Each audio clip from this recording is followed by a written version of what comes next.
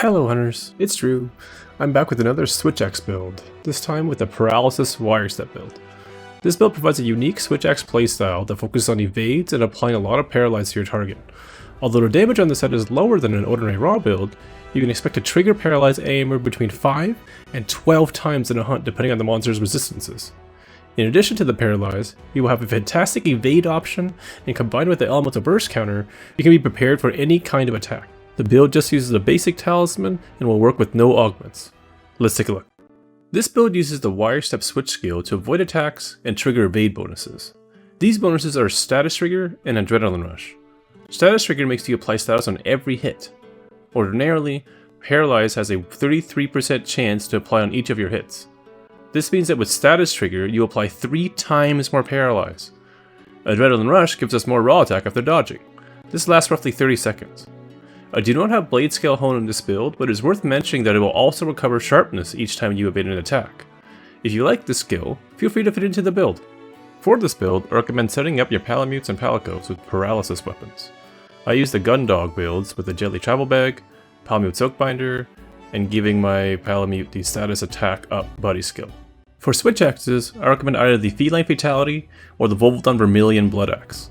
The Feline Fatality will deal more damage, however, Amp State is especially important with this build as Foul Burst applies 70% of your paralysis status. This means when amped, you effectively apply 70% more status.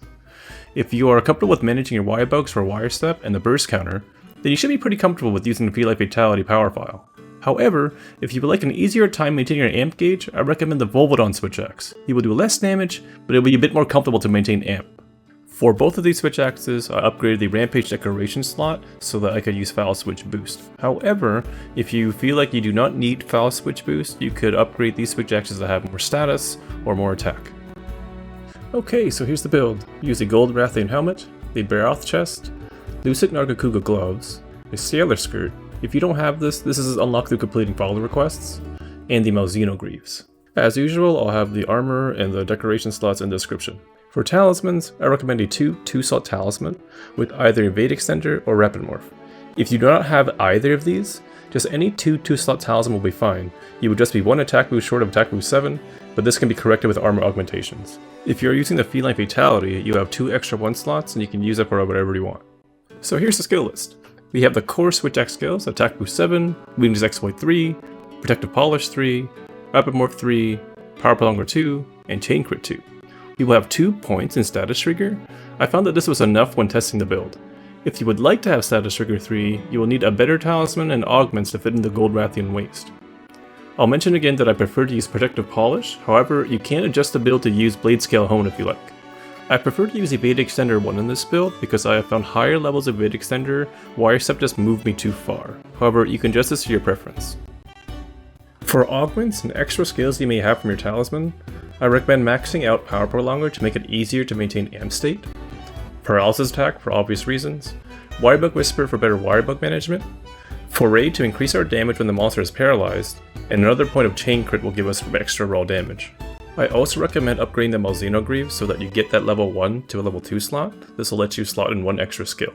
For switch skills, the ones that matter will of course be the Wirestep. If you are using a power file, I recommend using the Elemental Burst counter to maintain your amp. With the Volvoldon Switch Axe, you don't really have to as much, you can just use Switch Charger.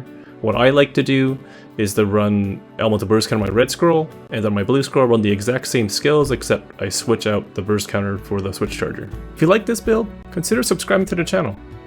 I will have more Monster Hunter related videos coming up in the future. If you're looking for gameplay, I have a video linked here. Thanks for watching, and take care.